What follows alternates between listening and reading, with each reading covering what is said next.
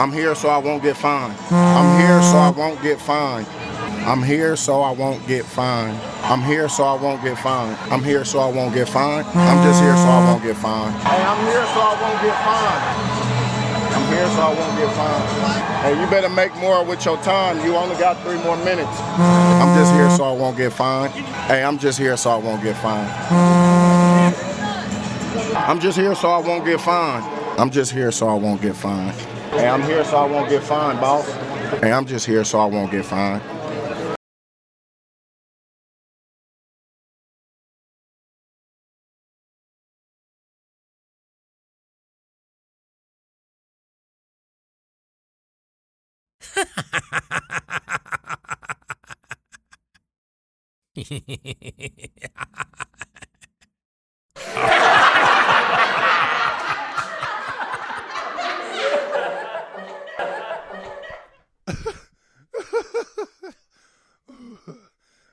What?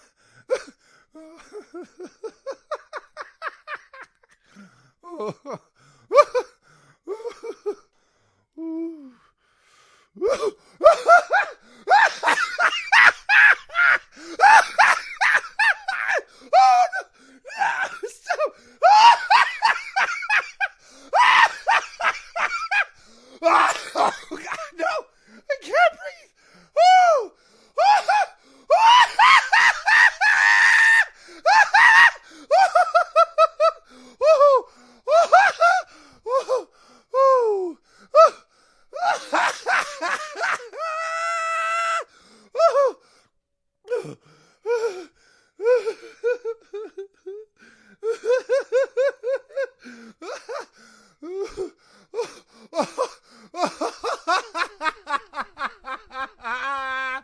Oh, oh God.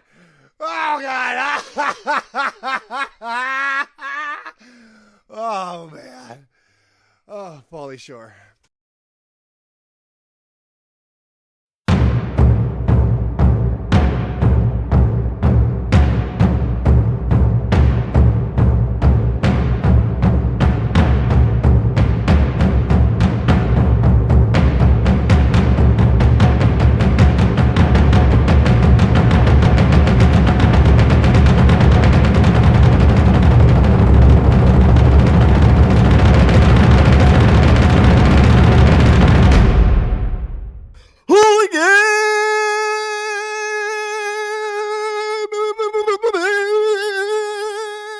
Hooligans! We are back. Yes, we are back. And we are back better than ever. Not really, because I'm still in last place. But we're back. Long hiatus. Long hiatus. Got a lot of shit going on. And it's taking me away from the podcast. It's taking me away from fantasy. And I need to figure it out quick. Very, very quick. Because it is week 6 already. And your boy only has 3 total wins. But I think I'm back. We'll see if it's every week. That is yet to be decided. But we're not taking any 3 weeks off again. Okay, we've only had 2 episodes during the season. Only one since the season actually kicked off, and that's just unacceptable. And I apologize because there ain't shit on TV. So I'm sure you fellas need this. And I think I do too. It just keeps me locked in. You know, I'm probably not making the right decisions because I'm just not focused, because I'm not dropping podcasts. Okay? So there's obviously a ton that we need to catch up on. So we're going to do that today. This is going to be a long one. So go get comfortable. Plan out when you're going to watch this. If you're at work already, pulling this up, you probably can't finish it while you're at work. And if you can, you're doing things right. You got a nice cushy job that lets you just waste an hour, maybe more. I don't know how long it's going to be, but we got a lot to talk about. We're going to dip into the 3 weeks that I missed. We're going to recap where we're at in the league, and that's talking a little bit more than I did on the last one. And then, we got even more to talk about. So I'm not going to fuck around anymore. Just going to get into it. But I do, before we jump into the episode, I did want to show I guess a recap of what's taken place since we last spoke. So let's jump right in, review the past 3 weeks, and then get into the episode. Hooligans League podcast, week 6. Let's fucking go. Best in the business when it comes to a quarterback sneak. Let's go! Let's go! Let's go! Let's go! Let's go! Let's go! Let's go! Let's go! Let's go! Let's go! Let's go!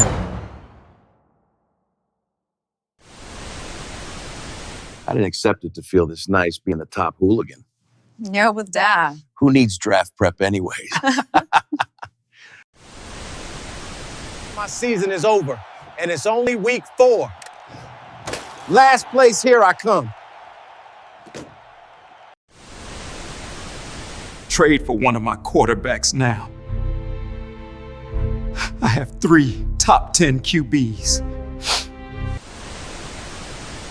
I'm not dropping another dang podcast episode until some trades with me. No, I'm not trading you Drake May for Jawan Jennings, you 2-time dink.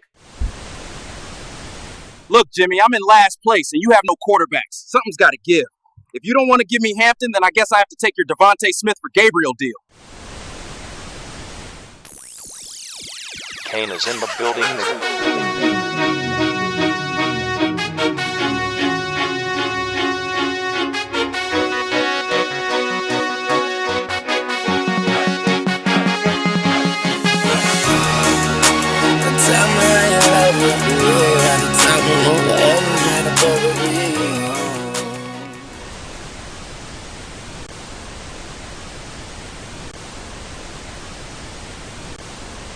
All right.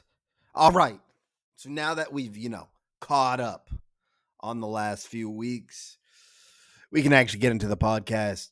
As you can tell, I am looking for the smallest victories. I'm looking for the teeny tiniest reasons to have hope for my season. I'll take whatever I can get. A win against the median. I'll take it. I needed it. If I went 0-2 last week, YouTube channel might have been deleted. There's not many reasons to be excited when you're in dead last. But Dickie lost. He went 0-2, I think. Yeah, he did. So that's fun. I was begging Hopkins for Amari and Hampton for 2-3 weeks straight. Couldn't make a deal. Oh, too bad. He's hurt. Thank you, Hopkins. You saved my fucking season because I don't know what I would have done if I traded for Hampton and then he got hurt. Season would have been basically over. I got a 1 out of 5 chance of making the playoffs. Let's go. Okay. We're fighting. Yeah. Enough about me though. We'll be plenty of times to talk about my team throughout the episode. There's a lot to get into. And I'm going to try to get into it all. I'm gonna try to have this be as normal of a podcast that includes 3 weeks as possible. So on the agenda, let's outline it so you can plan your day around this, you know? So first we're talking weeks 3, 4, and 5. We're going through the matchups. Obviously won't touch on every single matchup, or who knows? I'm a yapper. Maybe I will. Who won, who lost, who median, who won the median, who didn't, who won money, who didn't. I'll also be sending all the payouts because I haven't even done that. That's how far behind I am. I haven't even sent your measly $10 and $20 that I owe to some of you. Almost, no, more than half the league has now won some money. It's cool. It's cool. But we'll cover the 3 weeks in as much depth that makes sense. Then we'll get into the league standings where we talk about more than just the standings. It'll be really an overview of the first 5 weeks, where everything's at. And we'll even get into some things that I didn't get into last episode. Then we'll do preview of week 6, who we play in, the power rankings. And then last, and certainly not least, I have a tiny bit of a trade party update. And that'll be important to discuss. I will need some feedback from y'all to help finalize that. So pretty normal podcast. There's just a lot of weeks to talk about. Nothing out of the ordinary. So I think I got my notes ready. I think I'm prepared. So let's fucking get into it. Let's do our weekly review. Weeks 3, 4, 5. It's time for a weekly review. All right, so let's flash it back to week 3. I think this is the week I was in Phoenix. It shows how far behind I am. This was actually, at the time, our highest scoring week ever, or not ever, of the season. Median was 133. We hadn't had a median yet in the 130s. So this is really our first week where things started to pop off. Let's talk about it. I got my fucking ass kicked by Dan Santola. He beat me by nearly 60. This reminds me, not everybody popped off this week. I didn't watch any of it because I was in Phoenix. I landed on Sunday, and me and Dan basically immediately started golfing. We saw maybe the first half of the first games of the day, and then we just left. So I didn't get to see my ass getting beat down this badly, which was actually a blessing in disguise. Holy shit, this week fucking sucked. Forgot about how bad this week was for multiple teams. And if you weren't one of those multiple teams who sucked, you went off. So it was just a wild week. Dan Santola beats me by nearly 60. I don't crack 100 points. Pathetic. Just not as pathetic as Rick and his matchup with Dick. Rick gets kind of blown out, loses by 25. But Dick only put up 110. Could have been even worse. 85 points. That's got to be the lowest number of the year so far. Brutal. I remember when I texted the league saying I have no idea what's going on because I was golfing, and Rick just said, you don't want to see it. And I didn't realize that it was that bad for me. And then I saw him, I'm like, oh boy. So yeah, that's one of the lowest scoring matchups of the season, if not the lowest, with 110 winning the matchup and then the loser getting 85. That's just bad. Then we start to see some points scored. Caveney beats Joe V 159 to 135. Respectable numbers on both sides. In a much needed game for those two teams. They were in the middle of the standings. Then we get to another stinker, though. Another stinker. Nicky Stinky Dinky Centauro Chris beats Radler by only scoring 106 points. Radler scores 97. So we had 3 teams this week score less than 100. And then Chris and Dick scored less than 111. So yet we still had the highest median up to this point of the season. So just a weird fucking week. Weird week, but Chris gets the victory, which is really all that matters. Radler doesn't. And then we get this fucking just shootout. The guns came out. Silverman, who I believe was in first in points for the season at the time, he had just put up the highest scoring week of the season, goes against Andy. They're in a shootout. It comes down to either Sunday night or Monday Night Football, and Andy finishes them off, scoring 188.64 points. Big time number, and he needed it. He fucking needed it bad. This 1 week is saving Andrew's season. Dan loses, but he puts up 165, 166. So not too much to feel bad about. And then last, we have Chow losing to Hopkins. Even in Chow's losses, he scores 131. A solid number. Will get it done a good amount of the time. And Hopkins gets a much-needed victory by putting up 138. So week 3 was wild. Probably would have had a pretty good podcast episode if I had done it, but oh well. Let's talk week 4. No, let's not talk week 4. Let's quickly just do medians. Forgot there's a lot to talk about.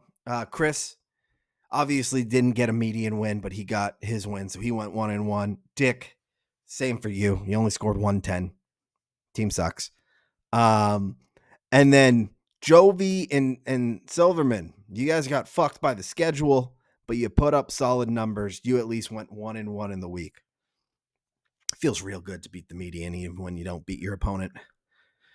And yeah, the Andrew Dan matchup, both of those teams were the 2 top scorers for the week. So Dan, you lost to Andy, which probably didn't feel good. I was really hoping for an Andy Bennett classic spiral if you had beaten him. But you get $10, you get your median win. Andy gets 188 points added to his points total and $20. And maybe more money to come, depending on how the next couple of weeks go. Now let's talk week 4. Even higher scoring week. 139.4 was the median. That number is fucking scary. I don't think I've scored this many points all season. And yes, spoiler, I still don't fucking score that many. I lose to Dan while I'm with him.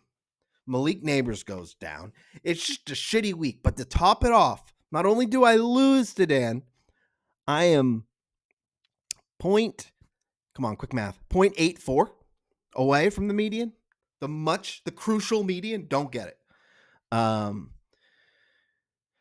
So yeah, that was a bad Sunday. At least we got in and out though. I did get in and out, so that kind of counts as a win in my books. Rick bounced back hard, even stronger than I did. He puts up 145, beats his brother Chris by a solid 20 plus.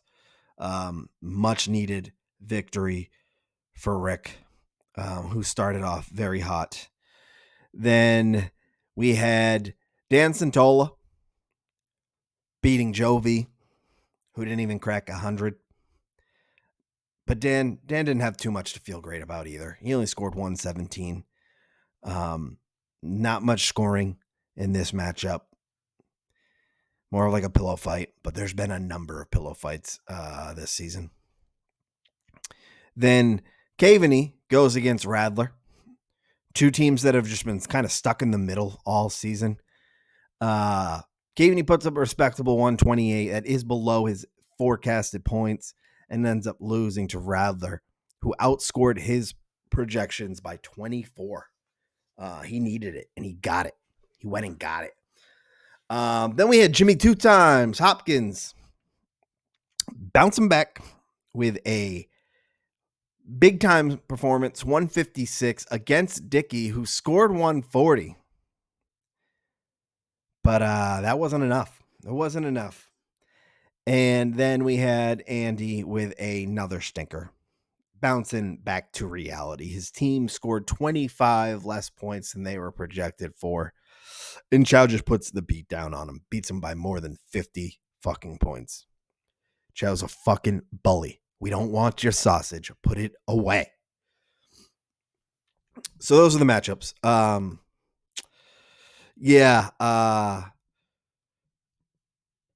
Dan Santola didn't get a median win, even though he got the victory. He goes 1-1, 117 won't cut it. But Dick, you just got shit luck. Maybe we'll get another presentation at the trade party about your shit luck. He dropped 140, beat the median,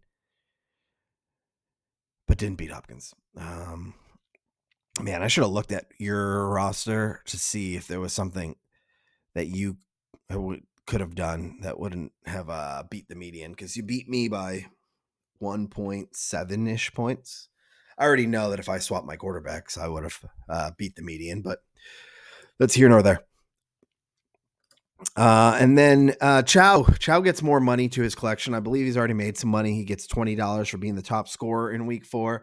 And then Jimmy 2 times, you get $10 for your 156 points, which made you the number 2 scorer. So congrats, fellas. All right, last up is week 5. Pretty high scoring week. Second highest median of the year so far, 135.2. Let's see who got it done. I didn't get it done. I lost to Chris. He beat me by 24. There wasn't a single thing I could have done to beat him, so I don't feel too bad about it, but I was stressing.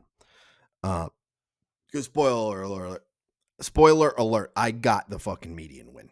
So we're on fucking cloud 9, baby. We don't even care that we lost. We're looking for 1 point at a time. Rick got beat down by Silverman. Don't worry, bud. He's been doing that to almost everybody. Dan beats him by nearly 40. It's fucking stupid. His team is just rolling. He scores 167.6. Rick scores 128, which is respectable. It's just not going to cut it against these juggernauts. We got a couple juggernauts in the league. Dan Santola gets the win against Hopkins, beats him by 30 plus. Andy gets another victory. He goes against Caveney. Very tight matchup. This one came down to the Chiefs game. And I forget who Caveney had. Maybe Butker. He just needed one more field goal, and it couldn't happen. So Caveney loses by less than 2 to Andy. Tough one. Then we had Jovi just throwing that baby face around and saying, fuck you, old man. Beats Dick. Dick only scores 117 points. And I don't want anyone to forget about it. Dick loses. He also doesn't beat the median. Let's just spoil that now. He goes 0-2. Things are starting to come back to normal. And then we have Radler versus Chow. Chow, sorry that my face is kind of cutting you out. You don't deserve that because you've just been putting in the work. But you beat Radler in a close one. Beat him by 7. 140, call it 141 to 134. man, Chow is just getting win after win after win, and Rattler is just stuck in the middle. But that's how it goes. I already talked about me beating the median. Let's fucking go. I'll take just median wins if I can't beat any of you fuckers. And then Andy got his win, but he did not beat the median, which was huge for me because I'm trying to catch at least him. And then Dan Silverman wins another $20. Piece of shit. He's the top scorer in the week, and then Chris is the second highest scorer of the week. You get $10. I think I've played against at least 3 people who have won money, if not more than that. So it hasn't been fun watching you guys win money while you kick my ass. So those are weeks 3, 4, and 5. That's all of it. So we're almost caught up now. But we got some other things to talk about. We got the Survivor pool. Now, last time we played this segment, Chris, Dan Santola, Nikki, and Lucky were eliminated, coming in last in week 1 and week 2. Who's gone now? It's been 3 long weeks. Well, I think you know who you are. Rick joins the Santola Bros in being eliminated. Say hello to my little death in the Survivor pool, is what Tony Montana was saying. Rick's had a bunch of ugly performances, but nothing tops his week 3 85 points. That's a piss poor, pathetic performance if I've ever seen one. I only scored 10 more points than that, but that's okay. That's at least the second time that I've been one away from being eliminated, but we're not talking about that. Joe V had a bad performance. He's had a couple. He's had a lot in our league. He has a history of some really bad performances, and he brings it back. A little reunion, eliminated from the Survivor pool again. Sorry, bud, but you're not face fucking anybody. Not at least not in this Survivor pool. And then Hopkins, Jimmy 2 times, the 2-time champ, the reigning champ. You even have a little emblem next to your photo. I just noticed on Sleeper to remind everyone that you're the reigning champ. You're not the champ of the Survivor pool this year. We know that. Piss poor, pathetic performance in week 5. I think you did score 100. So maybe not piss poor, but we'll call it a pathetic performance. Rick, James, Jovi, your teams suck. At least they did in one specific week. And you guys are eliminated from the Survivor pool, which means that we only have 7 teams left. In 6 weeks, we will have crowned a Survivor pool champion. Man, I love this part of our league. Sleeper even added a function to do this exact thing because some people like to do this league. I forget what it's called. See if it comes up right away. No, it was showing up on my app a ton at first. But yeah, Survivor football. Yep. Yeah, they have it in there. So again, we're ahead of the curve with basically everything that we do. We're just showing people how to play fantasy. Let's look at the season standings. All right, so I'm doing the season standings section of the podcast a little differently this week because we've already gone through a third of the regular season. So it's time to catch up on all things. We're talking standings, we're talking money, we're talking fab, we're talking trades, injuries, we're doing it all. Okay? We're doing it all.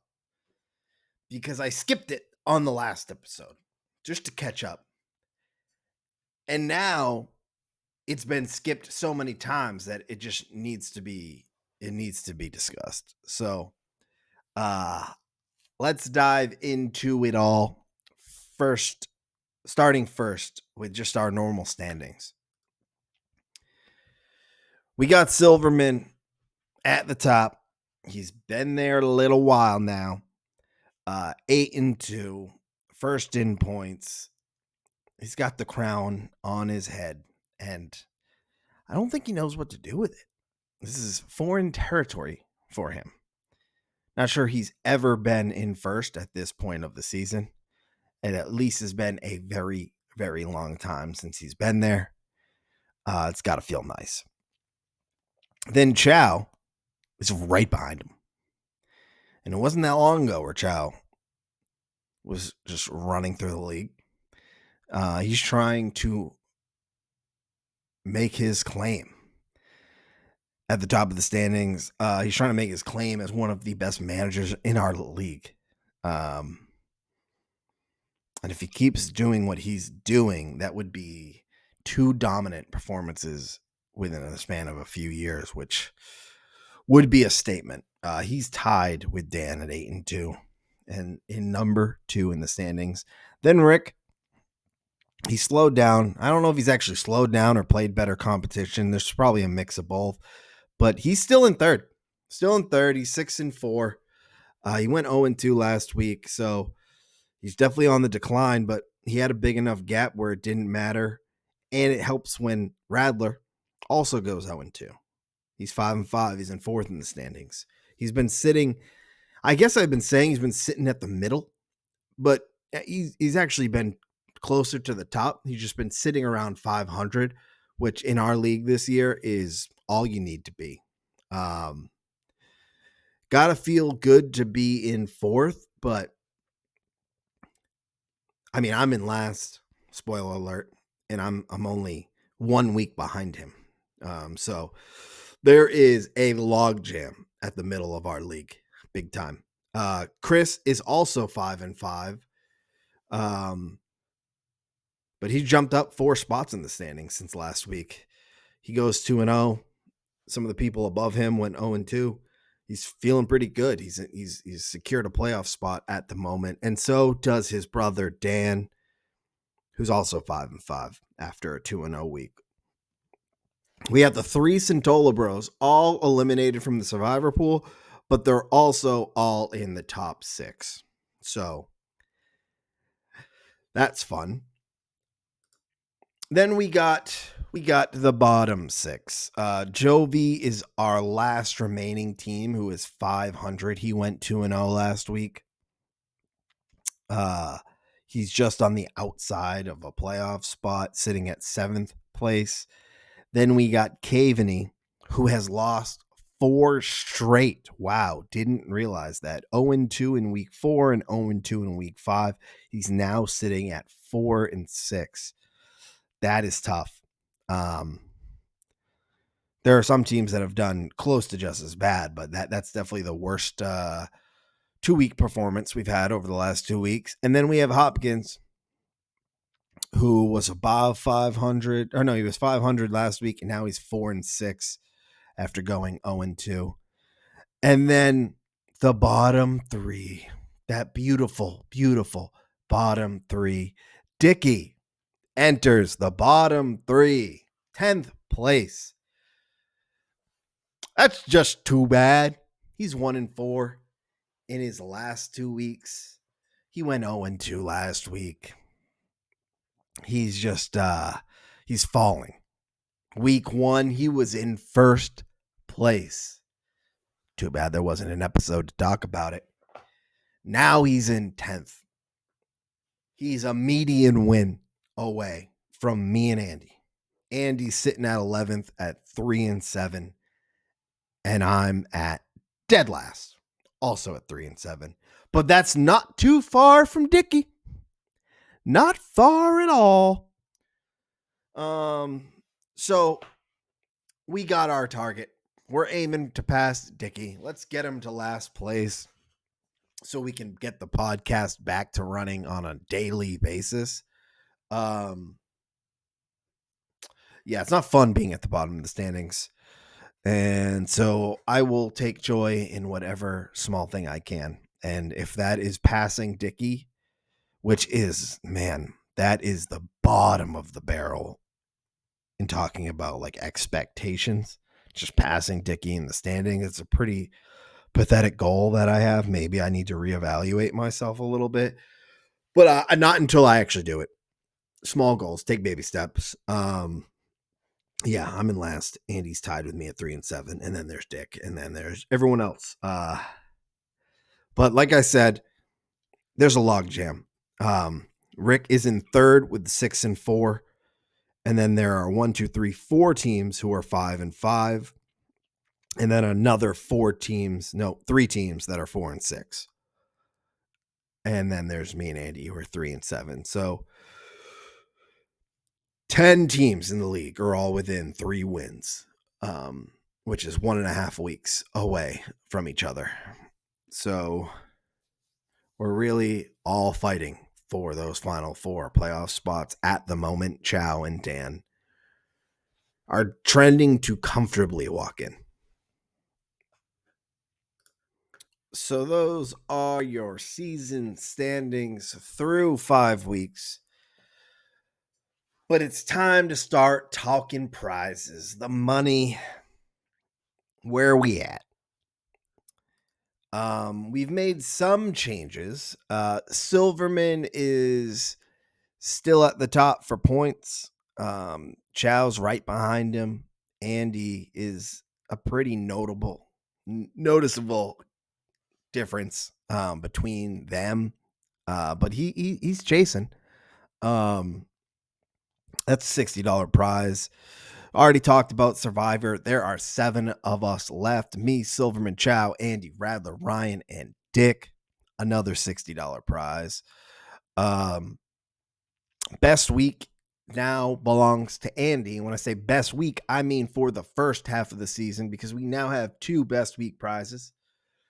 Andy is the leader for weeks 1 through 7, scoring 188.64 in week 3, talked about earlier on the podcast. He has to defend this for 2 more weeks. 2 more weeks. And now that buys have started, it will be tough to pass him. But we'll see if it gets done. And then our last prizes are obviously go to the number 1 and number 2 seed. And obviously, those are looking like they're going to Silverman and Chow at this point. So that's where we're at for regular season prizes. Let's talk weekly prizes, money earned.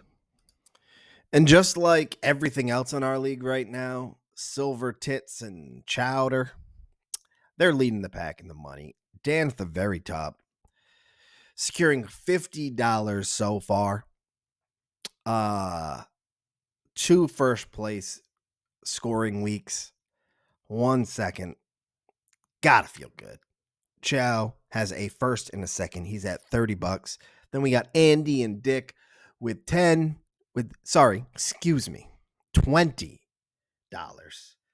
And then Chris, Hopkins, and Rick with 10. Nobody else has earned a single penny. That's 5 of us. Me, Dan Santola, Joe, Radler, and Caveney are all dead broke right now.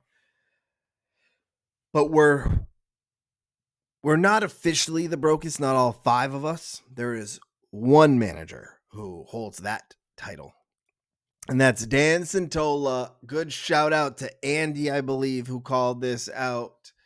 Dan didn't wake up early enough or just forgot to check. Jalen Warren missed a game, and it was a super early 9:30 game.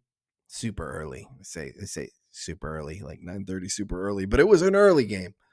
And Dan didn't take out Jalen Warren, and he now has to pay the price. That's a 30-pack for the league to the trade party. Thank you, Dan, for your generosity. The league appreciates it. All right, so it is finally time to talk about Fab. Haven't done it yet on the podcast. And what I wanted to do is we're calling this section Fab Fights and Fuck Ups. We're highlighting the close battles for players on the Fab market and really only the meaningful ones. And we're not even going to get into all of them because I haven't covered it yet, and there's 5 weeks of it. And then we're also going to look at Fab fuck ups, who overspent by the most amount of money. And we're going to start with week 5, and we'll look at that a little bit closer. But then we're going back really through the entire season. I got highlighted maybe 8-9 transactions from the rest of the year. I don't even know if it's that many. Just that I thought were interesting, notable, significant. And so we're going to highlight for the first time of the year our greatest Fab fights and fuck ups. So without further ado, here's the Fab. Here's the first Fab section of the year. Here comes the money. Here we go. Money talk. Here comes the money. Money, money, Dollar, dollar. Okay. So week 5. Week 5 was a big week for Fab. A lot was spent and people made their bets. And so the first one we got to talk about is our second highest transaction of the year, I believe. That's Chris scooping up Joe Flacco. Joe Flacco for $41. Big bet on Joe Flacco. Bengals obviously have needed a better quarterback. Browning was not doing it. And Chris went out and got his guy. I was trying to get him. I was definitely trying to get him. I bid 37. It looks like Hopkins outbid again. He did 36. Then we got Rattler at 33. These numbers are really small, so I might be misreading them. And then a few other teams spent in the 20s, the teens. So a lot of money spent on Fleck. Elite. We'll see how that one pays off. Then Caveney. Caveney drops 20 on both Haskins and Vidal. So he was making sure that he got the Chargers backfield. I actually didn't realize he got both of them until just now. I was ready to talk about these individually. Yeah, I guess I think most people made their bet on who they wanted more. It looks like Chris bid 18 for Haskins and then 9 for Vidal. Hopkins bid 13 on Vidal and 16 on Haskins. Santola did 17 on Haskins and then 7 on Vidal. I know I did 5 on Vidal and 16 on Haskins. And then Rick also bid on both, 5 for Vidal and then 5 for Haskins. So, and Rattler and Joe also threw in bids for Haskins. So looked like Haskins was the most desired in the league. But Caveney just went and made sure he got them both. So I don't know who he plays this week because he spent $20 on both of them. But regardless of whoever ends up being the number one back until Amari and Hampton gets back, Caveney's got him. So very expensive play, but I do kind of like it. And really it's going to come down to like, does one of them emerge and do they perform? If not, then this could be an epic fuck up for Caveney. I had a little battle for Njoku. I bid 7, which actually wasn't the highest, but Dickey already made some other moves or something, so he couldn't get him. Jovi bid 6, then a couple other people bet a couple dollars. And then Barner, Dickey, that's what it was. Dickey spent 15 on Barner, who had 2 tutties last week, I believe. And then Chow bid 13. So A lot of money spent in total. There was other moves that I didn't include. These were just the most significant. So these were the fab fights of week 5. Only one fab fuck up. And I guess when you're rich with fantasy points and fantasy prizes, and you're on the top of the standings and your team is just rolling, you can just throw your dick around and overspend on whatever you want.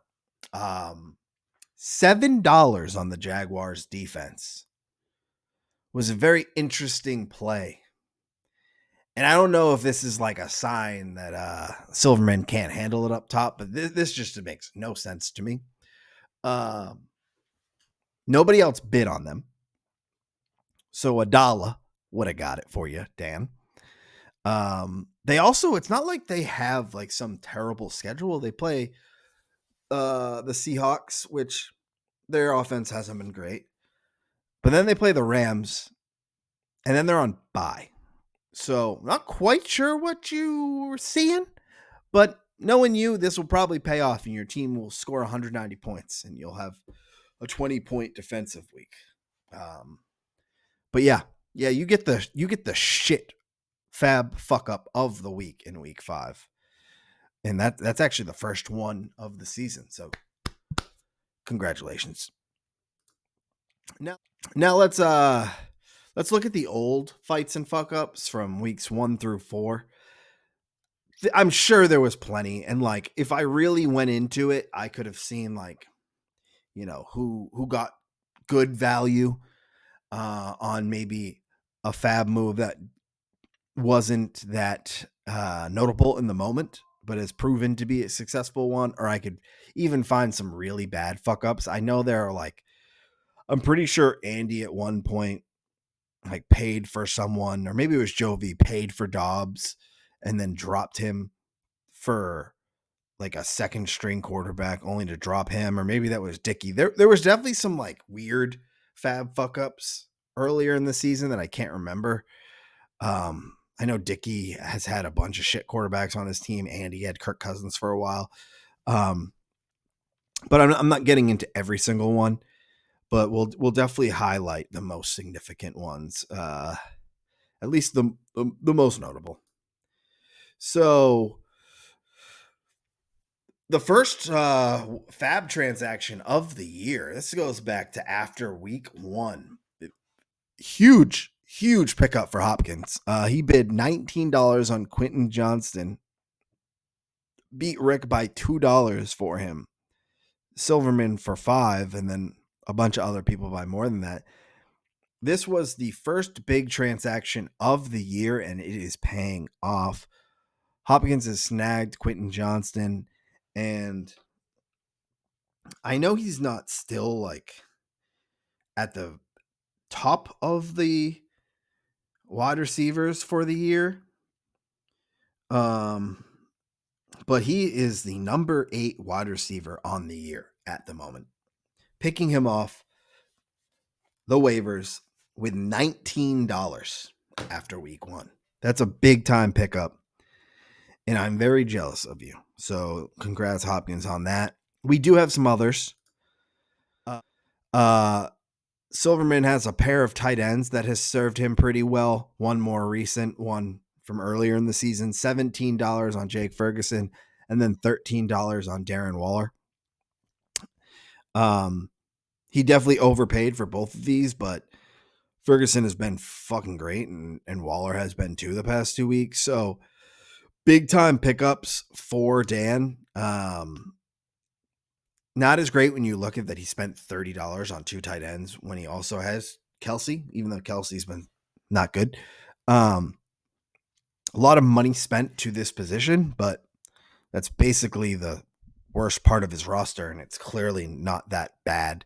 So a worthwhile investment. And then just a sneaky good fab pickup, which probably highlights the one and only fuck up that Silverman has made. Silverman complained that I drafted Tyler Show in our draft, my 4th quarterback, because he didn't have a 3rd yet. And then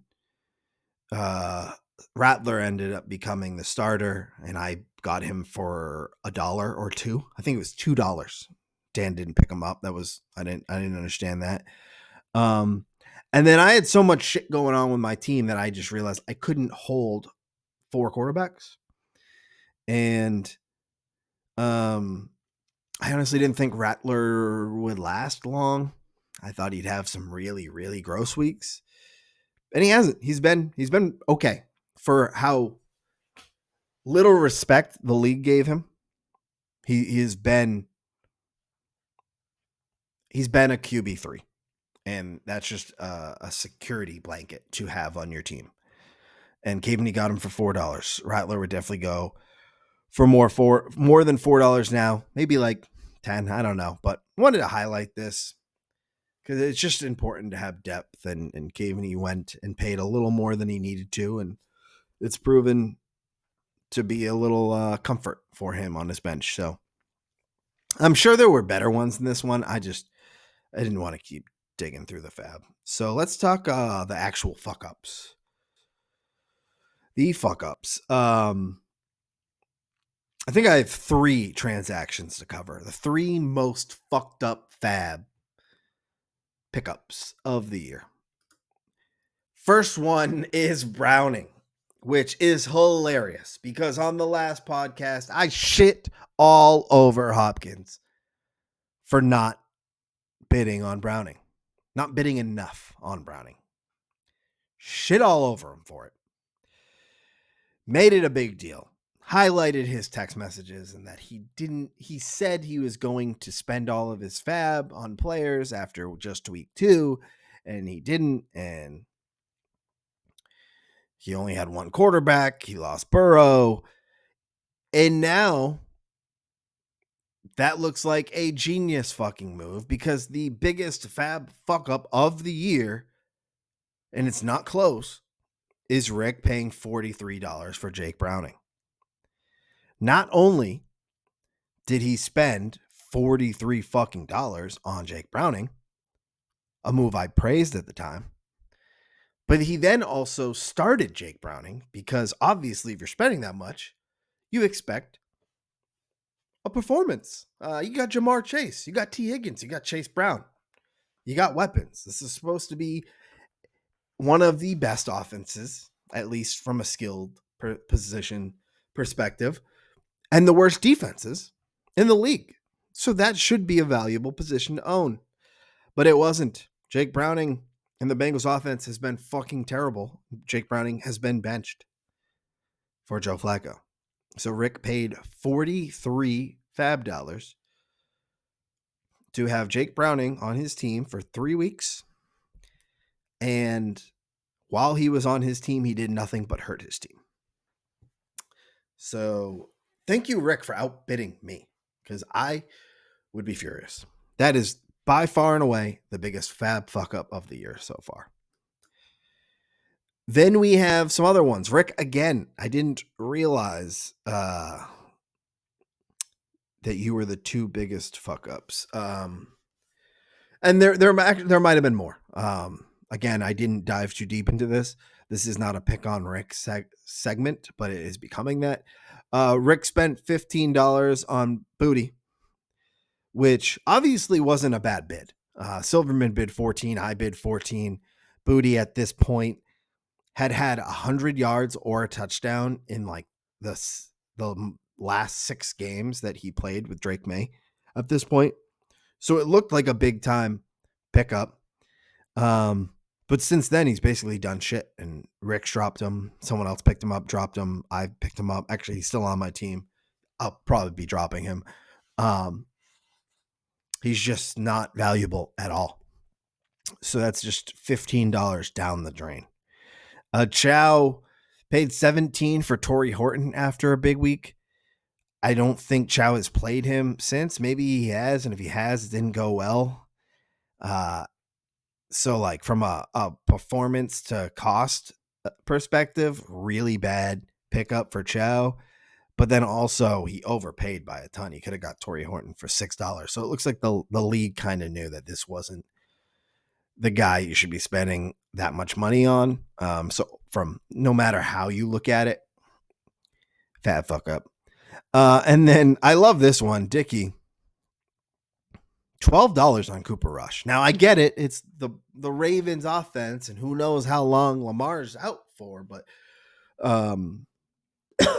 what is the Ravens offense without Lamar? For one.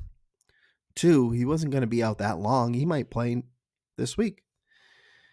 Three, how much did you think people were bidding on him? I mean, you had Jared Stidham on your team, right? So I don't know why I'm asking these questions. If Jared Stidham is worthwhile to have on your team, then obviously Cooper Rush is worth $12. But damn, that's just fab burned. Literally burning fab. Like down the drain. Marcus Mariota started for Hopkins for 2 weeks. He definitely didn't pay $12 for him. What other backup quarterbacks? Tyrod Taylor played for me for a week or was on my bench for a week. There's been like a lot of pickups. I don't even know if Mac Jones went for $12. That's just, that's money. That's gone. You never get it back. So those are our biggest fab fuck ups of the year. Along with Jake Browning. I don't know how I'm going to cover the fab section. If I get back to doing it weekly, we'll see. It'll evolve. You'll just have to make the right moves or else you'll get shit on. Let's talk injuries. Man, there's a lot of injuries. Season-ending injuries. Long-term injuries. Week to week injuries. There's just been a lot of it. And now that buys are starting, it's even more painful. But we always say this year feels like it had more injuries than the last. It's all the fucking same. There's always a lot of injuries. It's no different. We're just in the year. And if you've had one, you feel it. If you didn't have a major one, then you didn't feel it. But a lot of us are feeling it. So let's talk about them. We've had 4 very notable, significant, season-ending injuries. Hopkins lost his first round pick in week 2. Or was it week 1? I don't even remember at this point. He spent his round 1 pick 5 pick on Joe Burrow, the quarterback that was supposed to carry his team, and he goes down. Now, he might return for playoffs. There is a chance. I think the data shows that no one has returned the same season with that particular injury, but when you spend that much, kind of got to roll the dice and see if it'll happen. Big time blow for Hopkins. I lost my second round pick, round 2 pick for Malik Neighbors. At the time of his injury, he had led the NFL in receiving yards. Jackson Dart becomes the starter. The offense looks like it's about to pick up, and bang, he's down. Done for good. Season over. Brutal blow. Joe V lost James Conner early on, week 2 or week 3. He was a 5th round pick. And then Andy lost Tyreek Hill, who was not, a super high pick. He might have been around 5 as well. Andy didn't even draft him. What hurts is that he had just traded for him. Traded Tony Pollard, which isn't, that significant, but you definitely don't want to make a trade and then have the guy you get immediately injured. So that sucks. There might have been some other season-ending ones as well, but none as important, none as impactful for a starting lineup than these 4. But there's a bunch of other injuries. Some of us have been hurt a lot more than others. Santola has seen Purdy, Chuba Hubbard, Worthy, and Jalen Warren all go down for some time for the year. I lost neighbors. Just talked about Ricky Pearsall. Oh, and Austin Eckler was another season-ending injury. My team's so bad he would have been starting at my running back 2 or flex spot all year long. Dick has had to deal with Bowers injury, JJ McCarthy injury, Jawan Jennings injuries. No fun. Caveney, Lamar, Bucky Irving, Trey Benson. All really highly valuable, high scoring players when they're healthy. That hurts. Andy has lost Mike Evans, who I believe he changed his nickname in Sleeper to "You Better Not Make Me Regret This" or something like that. And Mike Evans has made him regret it. He immediately got hurt, which only makes the Tyreek injury even more meaningful. Then Radler loses CD Lamb and Kittle, both to come back in the next couple of weeks. But man, Radler's team gets a lot better when those two guys come back.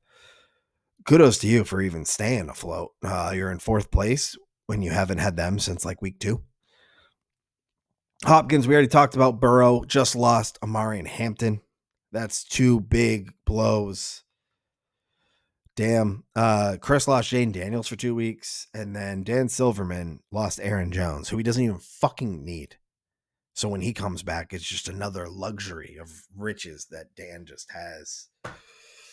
But I'm sure there was other injuries. There definitely was. Maybe the guys who are on our benches or guys that are like fringe flex people. I'm not going through them all. Especially since injuries suck. But let's talk trades. Let's talk trades, people. I should have done this immediately. When the first trade went through, it's just such an important part of the league. It's such a monumental moment when a trade goes through that I should have made sure to cover the first one. But we're going to do that now. Thank you, Rick. Thank you, Dan Santola, for getting the year back on track with the first trade of the year. Trading Mac Jones to Dan Santola for 18 fab. Rick, we've highlighted that you've made some mistakes with your fab, but you got a good portion of it back with this trade. Dan Santola had Purdy. I don't think his QB3 was very good, so he needed it. And what's crazy is like you probably now would get even more than $18 for Mac Jones. At least like a week ago, dude's been crushing it. San Fran's got a QB controversy on the hand. Rick would obviously have liked to have still had Mac Jones the recent weeks. This trade will actually be interesting to see how it develops. Now, obviously, Mac Jones isn't going to steal the job from Brock Purdy, but if he did, wow, would this trade look lopsided. Dan Santola can already sit very comfortably knowing that this was the right move for him. Even if Mac Jones starts one other week, that's still a good price to pay. If he starts for a while, then damn, Rick will be kicking himself. But I will not be kicking you, Rick, for this because you did the first trade and you got us off in the right direction. So thank you, Santola Bros. We've had 2 other trades. And both of these have already been referenced in the podcast. We had the Pollard for Tyreek trade, which will now be forever known as, it really just serves as a reminder that Radler's players are cursed. Always and forever. And he trades for Tyreek Hill. He has a good game and then he is injured. So yes, Radler won the trade. I don't know if Tony Pollard will be good for long, especially with Spears coming back and the Titans just being terrible. But yeah, Andy had definitely won the trade when it went through, but it is now a loss. And there's no debate for that. And then me and Hopkins made a trade. I was trying to push my quarterbacks, Dak Prescott and Justin Fields, to anyone for so long. I had been talking to Hopkins for probably a month straight about making a deal. Not a month, 3 weeks. And he wouldn't bite. He wouldn't give me anyone of value for either of my top 10 quarterbacks. And so finally, I sent him a bunch of different things I would do in exchange for Dylan Gabriel. And then he sent me this, and I hit accept because I knew I was not selling Dak or Fields anytime soon. And so that is our third and final trade. Gabriel looked pretty good. In his first week, we'll see how things progress. I mean, they obviously liked him enough to trade Flacco immediately. So looks like it should be a pretty good move for Hopkins. And I got Devonta Smith, who looked fantastic in his first week on my team. But that Eagles offense is very weird. So I can't expect him to keep that up. But it seems like a win-win. Only time will tell who got the better end of that trade. But while we're on the topic of trades, just a reminder, I'm going to use my platform selfishly. I'm open for trades. I'm fucking open. Trade with me. I have 3 very, very good quarterbacks. I have 3 quarterbacks that are all better than some of your top quarterbacks, okay? 3 in the top 10 in a super flex league. Make a trade with me. I will do a discount. I'm telling you. But you're not getting them for pennies. So I just need to voice my complaint. How are you guys valuing quarterbacks? I don't get it. Where did we get in this world where quarterbacks aren't valuable? I've seen, Sam Darnold go for Justin Jefferson before. We've had big quarterback trades. I'm not even looking for that type of player, even though my quarterbacks are scoring 20 plus points just about every week and are in the top 10. Drake May's like the QB 5 on the season. I could be making that up.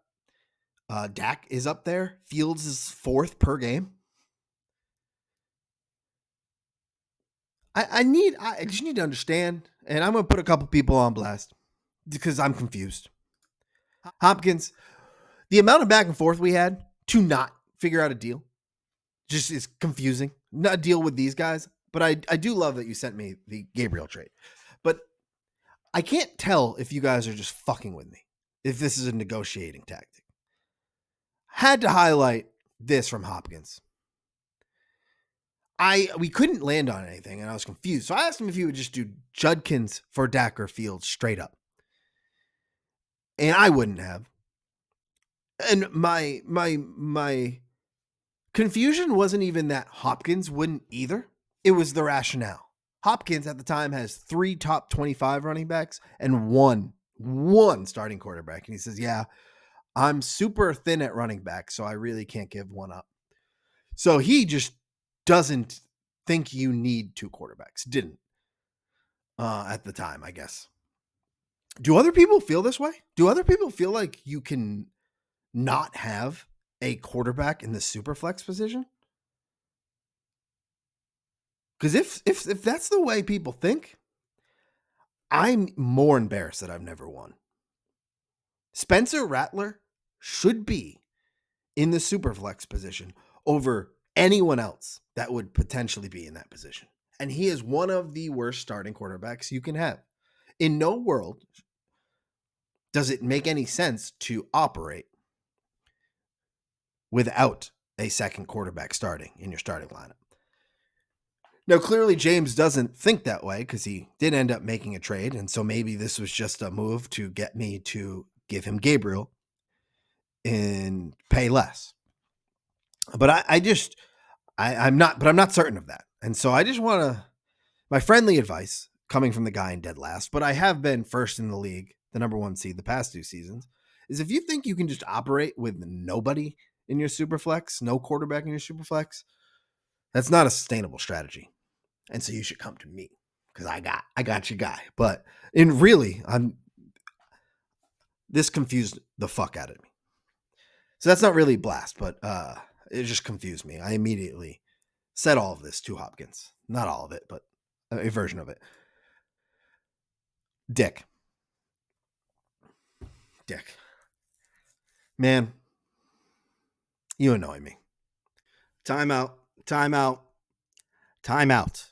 I need to take a quick break. I'm about to lay into Dick for his lowball offer that I received last week. It was disrespectful, and I didn't like it at all. And I'm going to use this as an opportunity.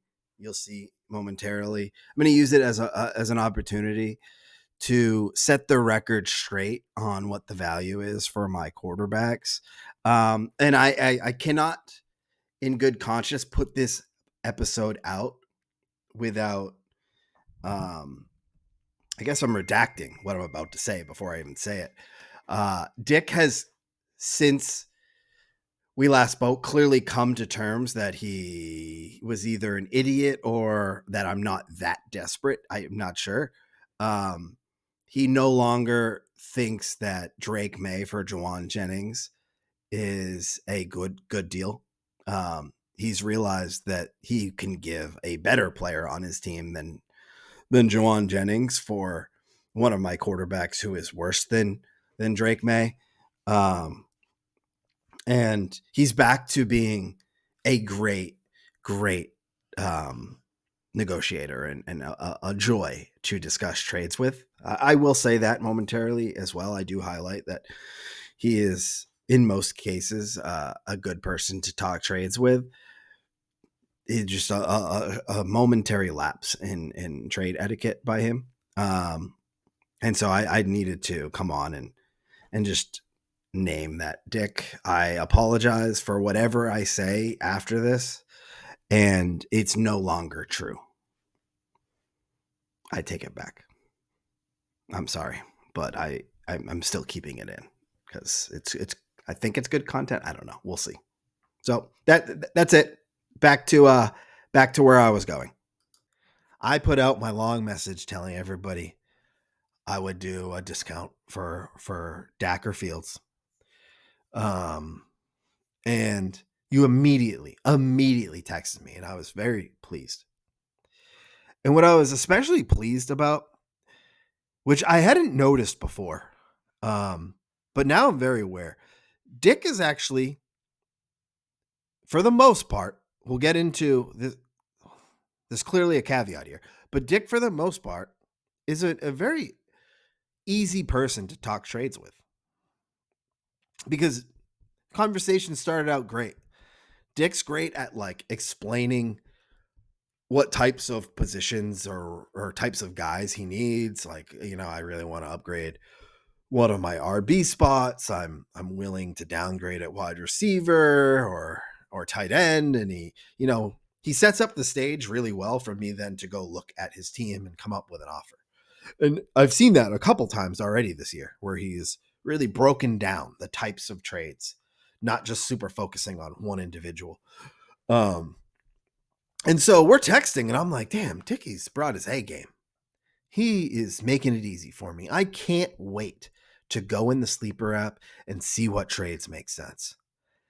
And then he hits me up with this fucking text where he basically says, if I want anyone good on his team, it has to include Saquon, and then has the balls to say, I would do any one of Devontae Adams, Zay Flowers, or Juwan Jennings for May straight up. Yes, Dickie. Thank you for telling me that you would trade Juwan Jennings for Drake May, straight up.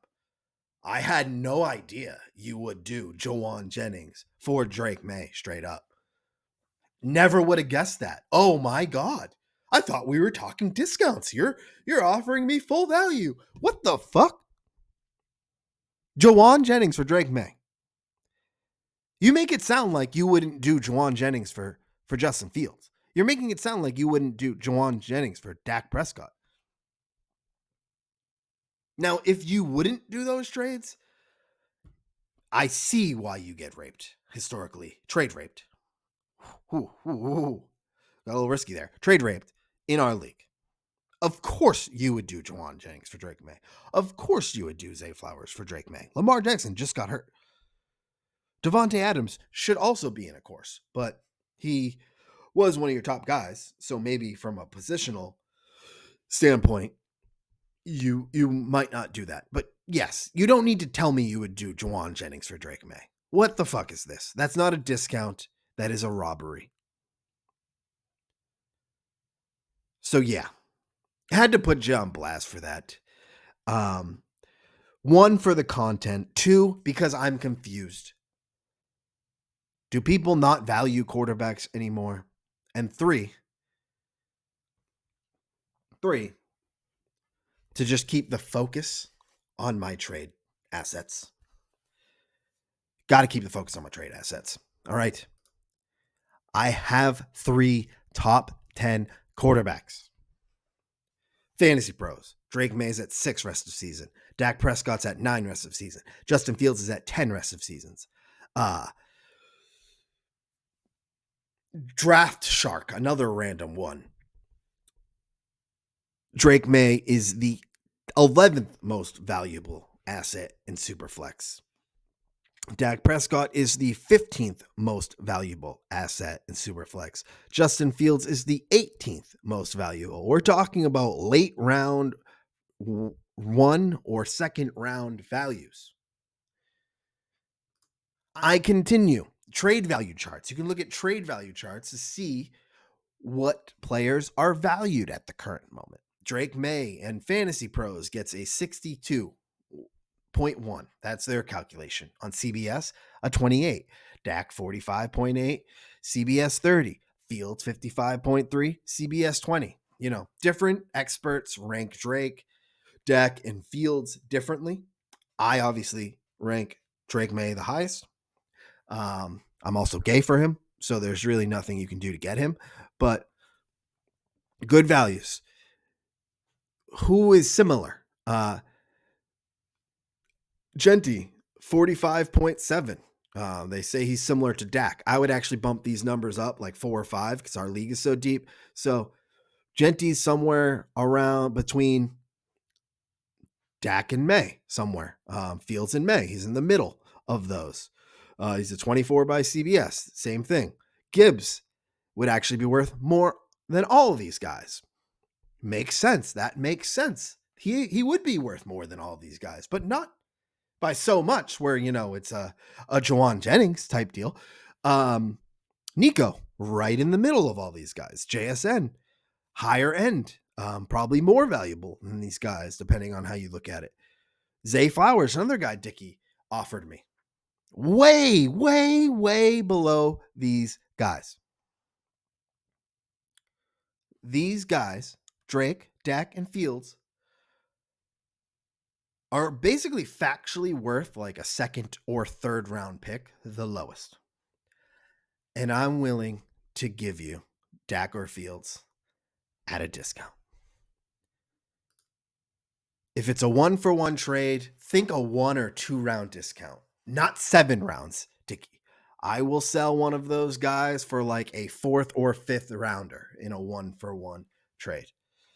Now, not a 5th rounder that has his quarterback hurt and has only scored 10 total points in the last 2 weeks. Like, no, a real like 4th or 5th rounder who has value. I will give up a potential 2nd round, 3rd round quarterback for someone in the 4th or 5th. I'll take full value, but if I'm not getting it, then I will. I'll do a round or 2 maybe discount. The discount goes down if I need to include more players. I'm not going to continue to discount.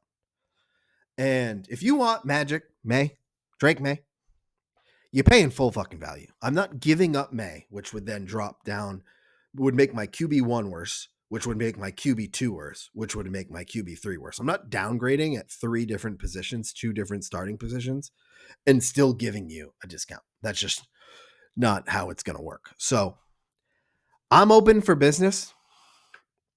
I've been a little aggressive, so I totally get it.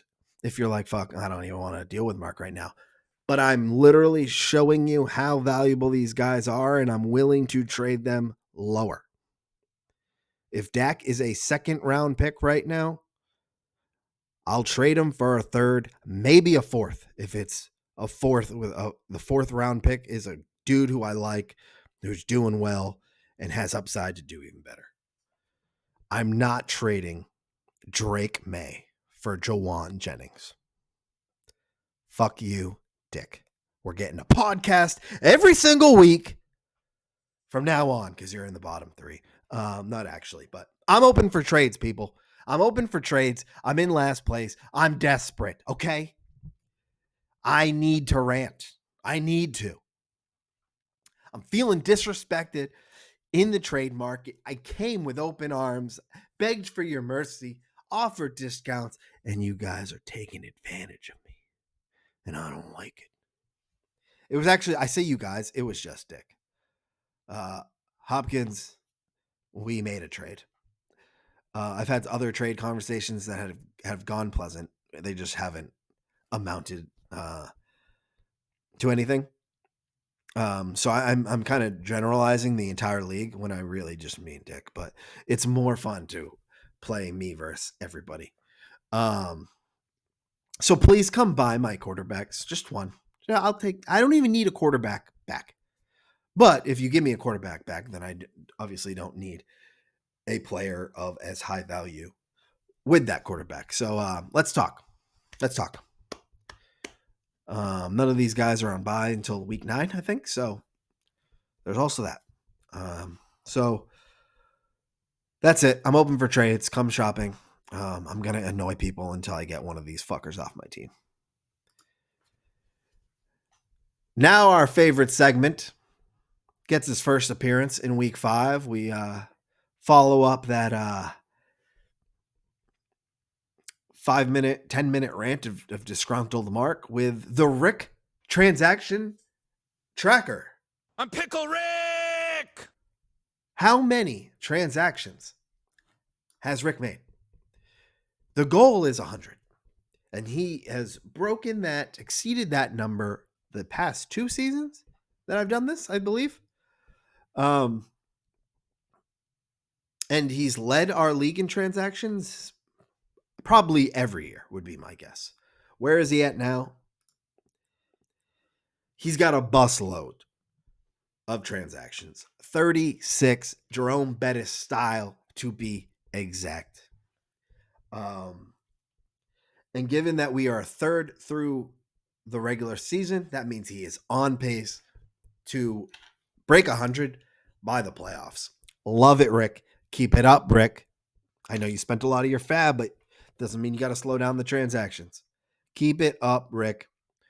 We might have to up the goal beyond 100 next year if you hit it 3 years in a row. We got a few people who are acting. Actually, they're not even close. I'm in 2nd with 27. Andy's in 3rd with 25. Dick is in 4th with 24, and then Chris and Hopkins are in 5th and 6th with 23. So there is a sizable gap between Rick and I and the rest of the league. And then Ryan and Joe have only made 8. It's blocked up by my head, but yeah, Kaveny and Jovi have only made 8 transactions, which is honestly impressive at this point. I don't think anyone else was less than 10. The 3rd lowest might have been like 13. I forget. But damn, you are, you're just taking your time. I respect it. So now let's talk about week 6, my guys. Okay, so we're starting our week 6 discussion with the matchups. I 3-7 am going against fourth place Rattler, who is 5-5. I can't even get to 500. So I am desperate for a win. I would love to be 5-7 after this week. Man, I gotta go 4-0 over the next 2 weeks to even hit 500. Oh, it sounds like so much when you put it that way. But yeah, I'm 3-7 going against Rattler, who's in 5-5. Obviously, a much bigger week than it is for Rattler, but in a league that's so close, Rattler taking a 1-1 week or an 0-2 week could end up resulting in him getting passed by multiple players. So big week for him. Rick now 6-4, going against Andy 3-7. So probably feels like a giant week for Rick because he's lost one of his quarterbacks and Browning getting benched and his team slowed down a bit, but he is in third place still. He can survive an 0-2 week easily. He'd still be 500. He'd still be top 6. This week's really about Andy. Andy's playing a team who has scored 85 points one week. He's playing a team that can have bad weeks. It's not a must win because he is going against the number 3 team in the league, but it certainly feels like a must win when you're 3-7. Got to at least beat the median.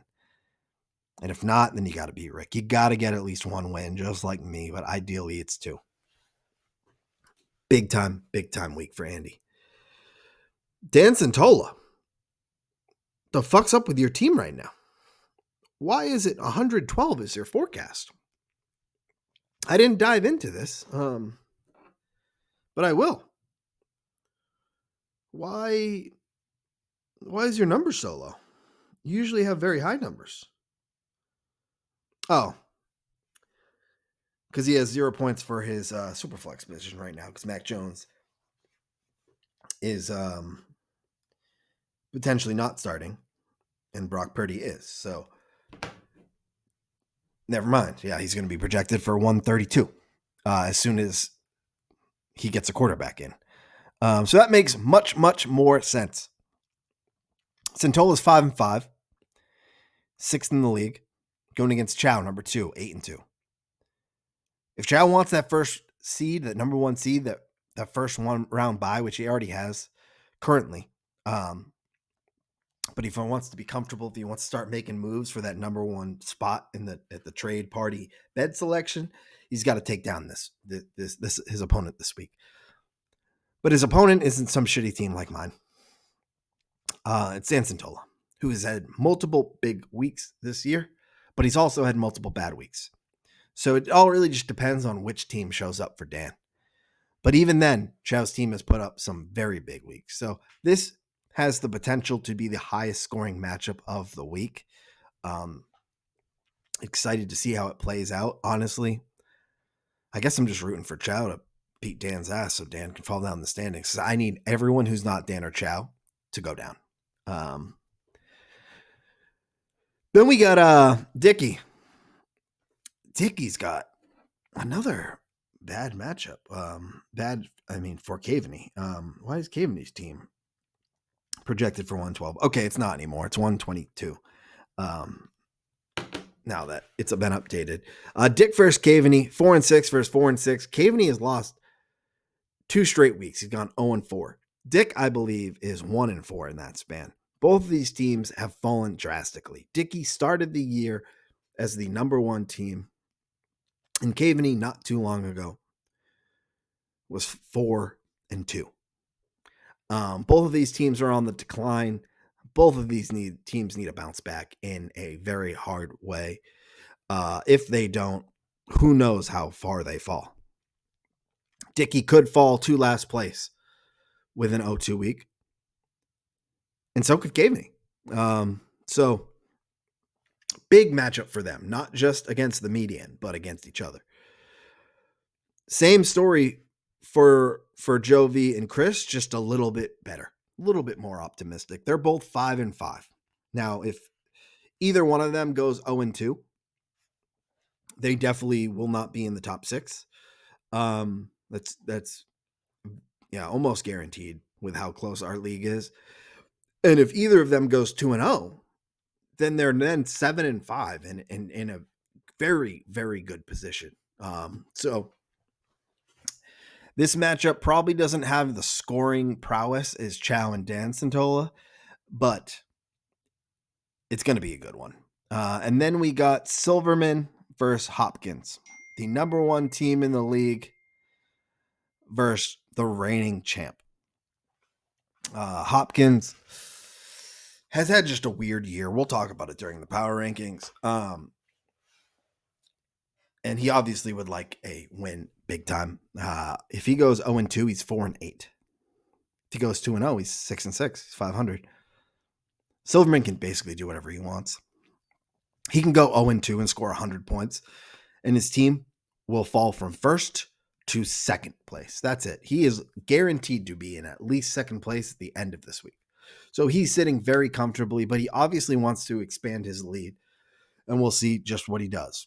My money's probably on Silverman. His team's a fucking juggernaut. No one man should have all that power. Power rankings. 3 weeks have gone by, so there are a lot of changes to the power rankings. Had to switch up the formula because I'm not consistent with this at all right now. The way this is work, we're starting with the week 3 power rankings. The last time we did them, adding in the current standings, adding in how many points you scored last week, and how many points you scored in week 4. Then looking at Fantasy Pros, what you got for rest of season, what you got for the upcoming week, looking at the average, creating a power score, and then I'm doing micro adjustments based on what makes sense. I really need to start doing these every week because since I'm not, a lot of big adjustments are being required. Can't have someone like 6th or 7th in the power rankings if they're 3-7. And I'll get into that. So hopefully this is more of a weekly thing because I don't want to be doing extra work. But let's get into it. Top 2 is really no surprise. We got Silverman and Chow. Silverman takes Chow's spot at number 1. Would have happened probably in week 2 if I had done the power rankings every week. Definitely would have been week 3 if I would have done them then. There's no doubt about it. Dan's dominating. He's dominating. He's top 3 in scoring. He has been top 3 in scoring each week for 4 straight weeks. He's either been 1 or 2 and got the money, or if he hasn't, he was 3rd. He is dominating. He's first in the standings. He's first in points. And that's with having the 3rd hardest schedule. So this isn't like he has a good team, but is playing shit kind of dominance. No, he's just dominating no matter who he plays, except that 1 week where he played against Andy, and Andy put up the highest scoring week of the year, and then week 1 I forget what he did, but yeah, it seems fucking loaded. But we're not going to sell Chow short either with that. Chow would be number 1 in the power rankings basically any other year. Chow has also been pretty dominant. It's just been quiet. 1, because I haven't done the podcast, but 2, because it just hasn't been as loud as Dan. Chow is number 1 in Fantasy Pros for this week. He's number 2 rest of season behind only Dan. He's number 2 in points, which we've already discussed. He's number 2 in max potential points. Yeah, he's just putting in work. And him and Dan were actually tied for the power score. They wouldn't have been tied if I had been updating things, but the math says they're equal. And so the gap between Dan and Chow is bigger than the power score says, but it still wouldn't be by much. Chow is right there. He is a very real threat to be the first number 1 seed when we enter the playoffs. And this is looking like it could be a very profitable season for Chow. Next up, we got Chris. And really, Chris, Radler, Rick, and Dan Santola. There's a big gap between third and second. They're all in their own tier. Probably could have broken them up, but these are the remaining playoff teams at the moment. Chris had a slow start, but he's quite clearly in the top four. His power score is sizably higher than any other team besides Radler. He scored less than 117 points in 2 of the first 3 weeks. So that's the low start I was talking about. But in his last 2 weeks, he's averaging like 143. So he's picking up. He's got a big matchup this week. He is really starting to distance himself from the rest of the field when it comes to power rankings. But one bad week could have him fall quick. But he's the clear third best team in the league right now.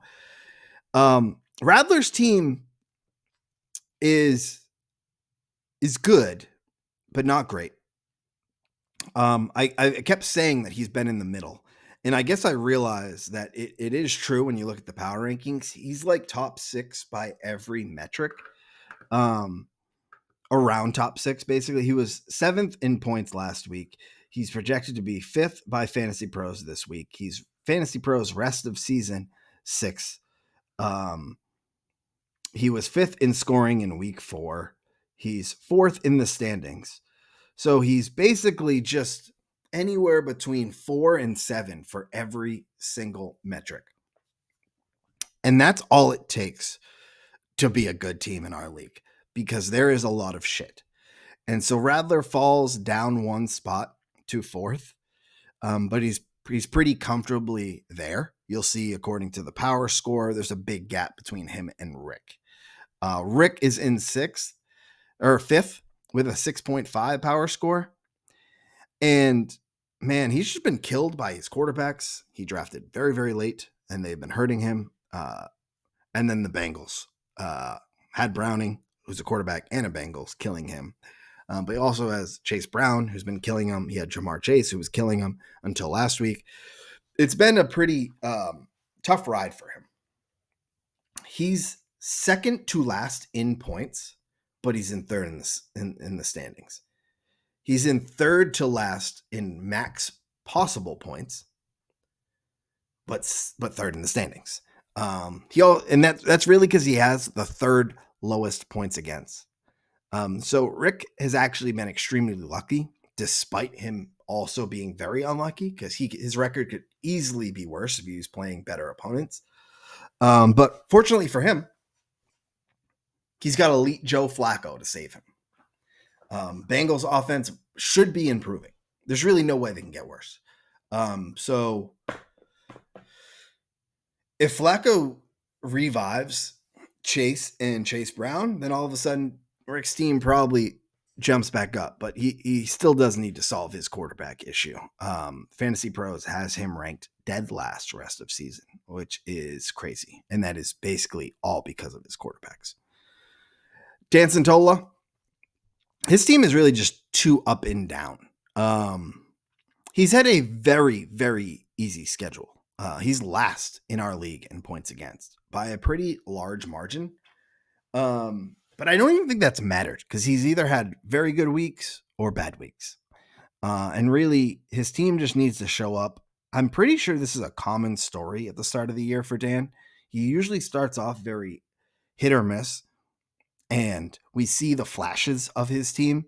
And then by midseason, they're just in midseason form. I don't know if this is a drafting strategy that he deploys, but they end up just like being very, very, very good towards the end of the year. And he ends up being towards the standings in highest points. And last year he won with the best week.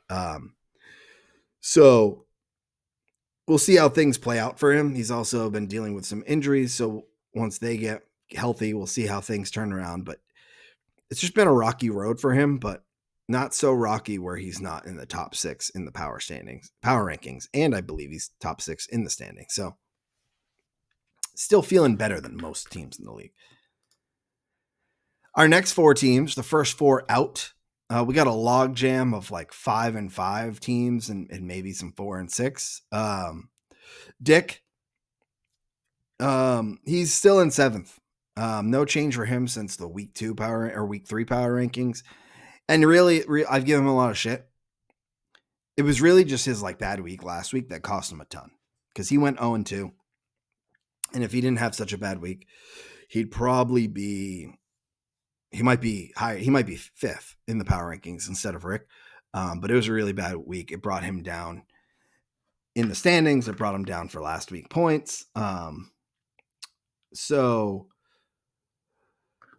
yeah, I want to shit on him more, but his whole ranking is only being held back by 1 week. So there's not much more I can say about him. I just hope he falls even further. Joe V, he actually bumped up a spot, but his story is really just like a lot of underachievers, too many.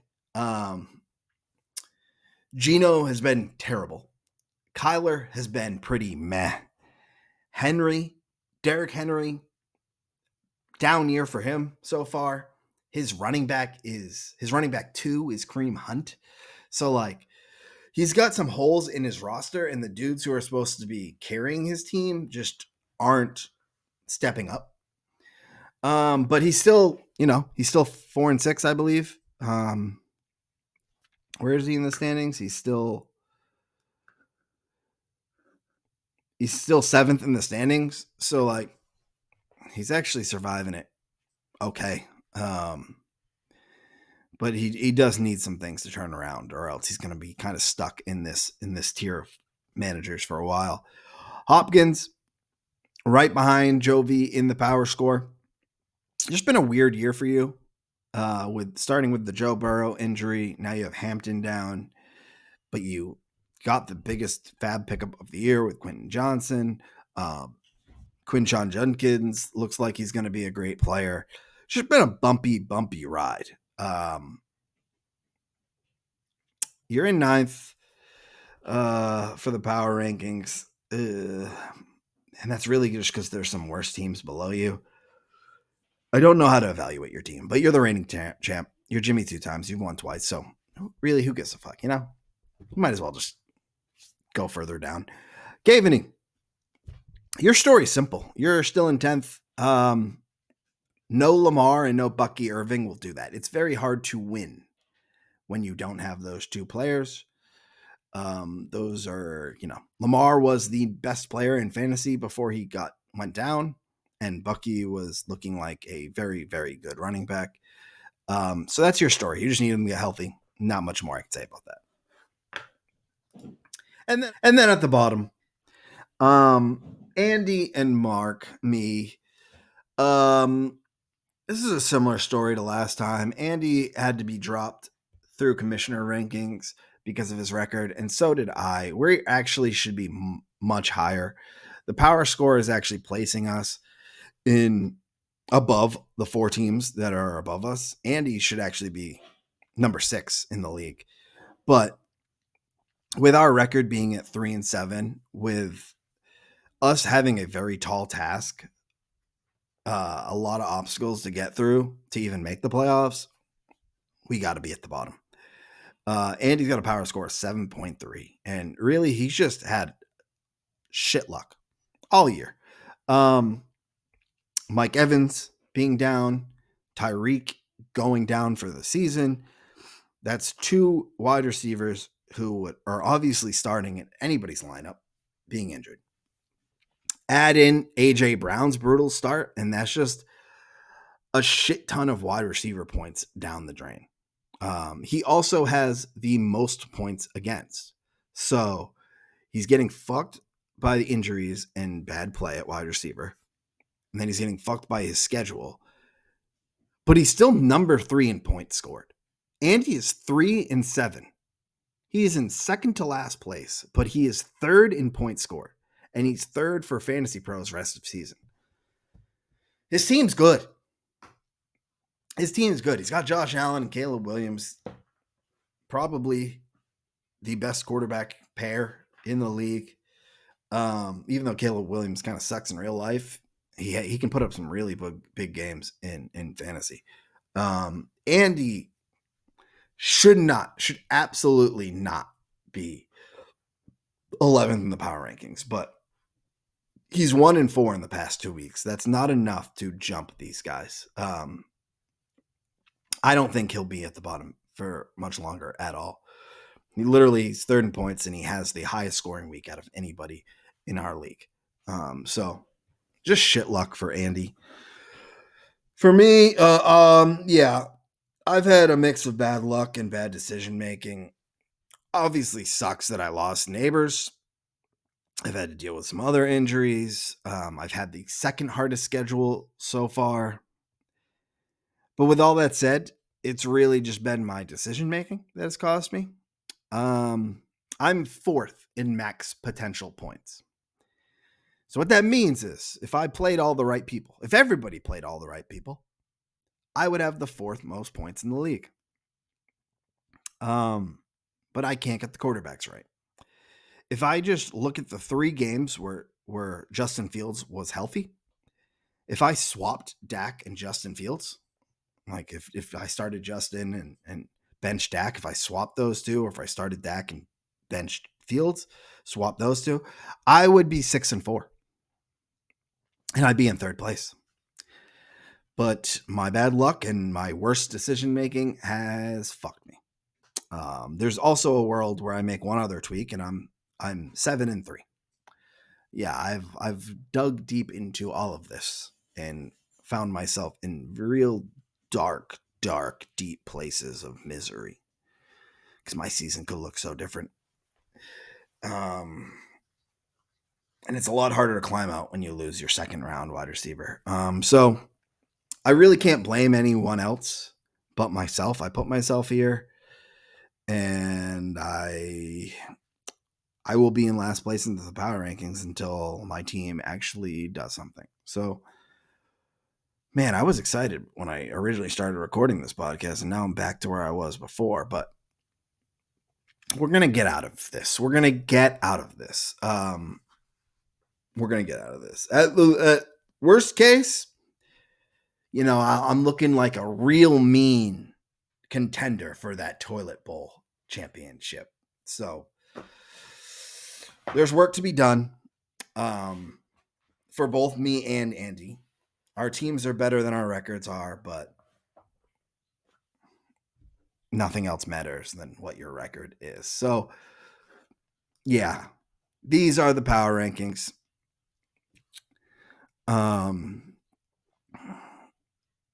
It sucks being at the bottom. I gotta say it because I'm in a funk right now that I just had to talk about my team in that way. Sorry to all of those who have been at the bottom of the power rankings before and had to listen to me shit on your team.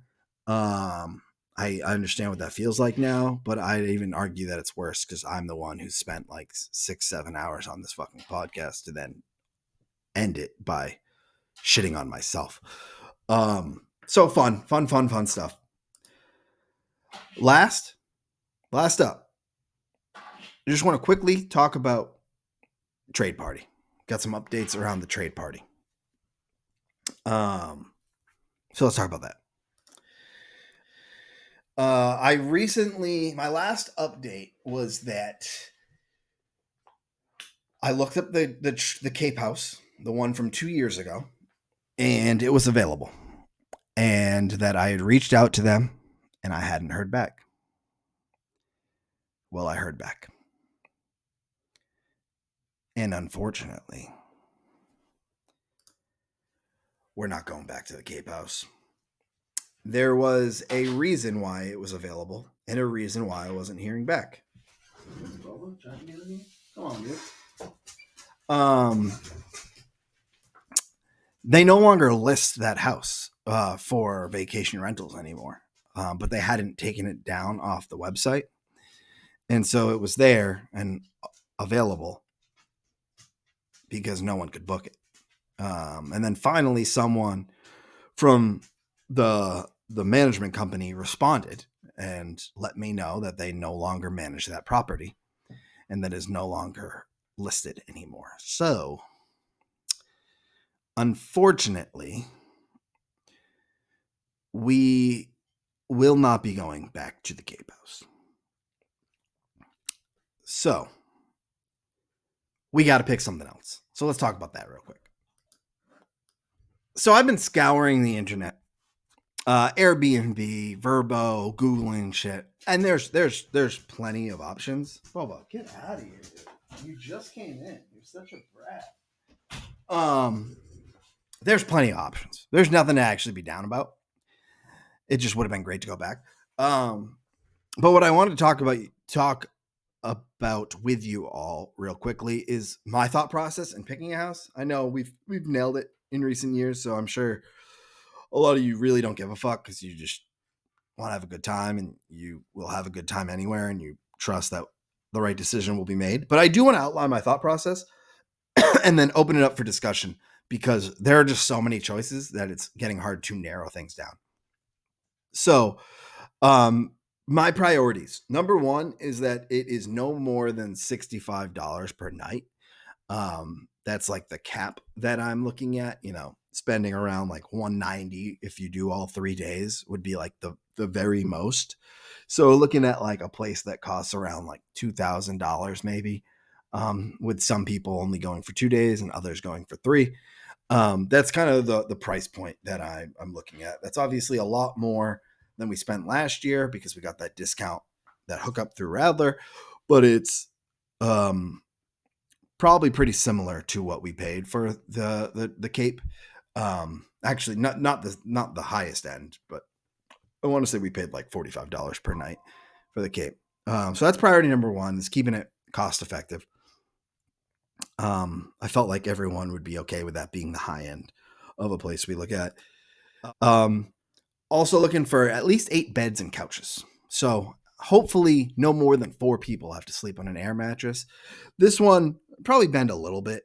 Could go down to like 7 maybe. Depends on the setup. But I really want at least like 8 beds and couches, so that you really are fighting for those bed selections, and that enough of us get a good sleeping arrangement. Third is, you are a brat, dude. Come here. Come on. Thank you, buddy. Third is that we are within 2-hour drive from Central Mass. So we've definitely made long drives before. The Cape obviously is like an hour and a half, 2 hours for some. So really not trying to make the drive any longer. Obviously the closer the better. But that's kind of the max I'm looking for. Anything that is further than that would have to be like a dream house for us. Fourth is, and this is probably the most important, we need at least one giant room for everyone to hang.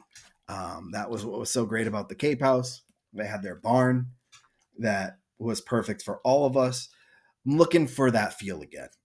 One giant space in the house that is our clear central hub of trades and hooliganery. And then last, these are just bonus items. In my searches, I've realized how fucking great it would be to have at least one of a golf simulator or a theater room. Last year we had the theater room. That was pretty clutch when watching football, watching the podcast, and then just having a kind of second main area. And then obviously if we can have a full-blown golf simulator, that would be ideal. There are a few houses that have them, but they're not the ideal setup. So I've done a good amount of research. You'll see here that I found a house that was pretty big and had a simulator, but I feel like it was a little bit of a drive. There's a couple houses that just have massive spaces that it looks super comfortable.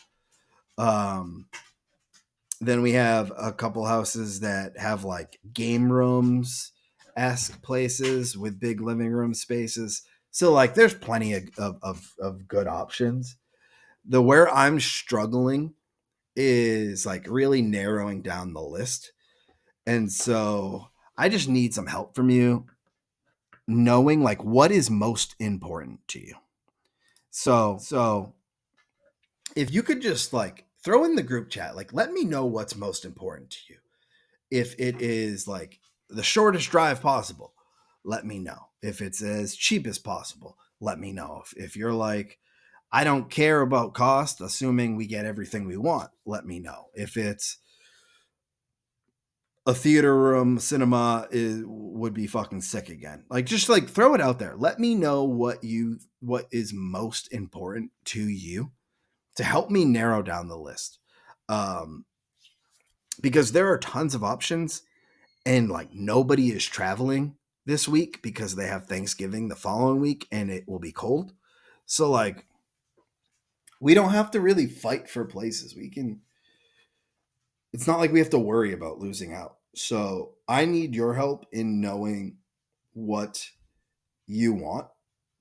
And then also, if you want to just help me search or be like involved in narrowing things down and you're like down to, I'll send you things I'm looking at and you can let me know if you think it's a good option. Like, just reach out to me. Cause yeah, I've spent a couple hours just like sitting on all these sites and I get excited and then I see another one. I'm like, oh, that would be good too. And I see another one. Oh, that would be good too. And so it's been hard to just pick a decision. The Cape House screamed out to me, where it made it very easy to only have a couple options to choose from 2 years ago. And then Radler set it up last year. And so this year there's really no standout and I could use help either with just knowing what you care about or even, helping me make the decision. So that's it. Reminder, it's week 12. It's the week before Thanksgiving. That's November 20th to the 23rd. Make sure you get your permission slip signed. You book your flights if you need to. Plan whatever you need to plan to make sure you're there. Most of us, the past couple of years, have gone up for 3 days. Love to have everybody for 3 days, but we know that's not going to work for everyone. But make your accommodation so you can make the week happen. Throw it in the group chat what you are interested in, and let me know if you're down to help pick things up. So that's the podcast. I can't believe I just did like a near 2-hour fucking podcast. I'm never taking 3 weeks off again. And if I do, I'm doing a much better job at recapping shit because this was fucking crazy. Didn't realize how long this episode was. I'm glad we're back. I'm glad Dickie's back to the bottom 3. And someone make a fucking trade with me, okay? Good luck this week. Thursday Night Football is on in a few hours. Peace out. You want to play games? Okay. I'll play with you. Come on. Okay. Do you want to play rough? Okay. Uno. Say hello to my little friend. Okay. You want to play rough? Okay. Yeah. Okay. Yolanda.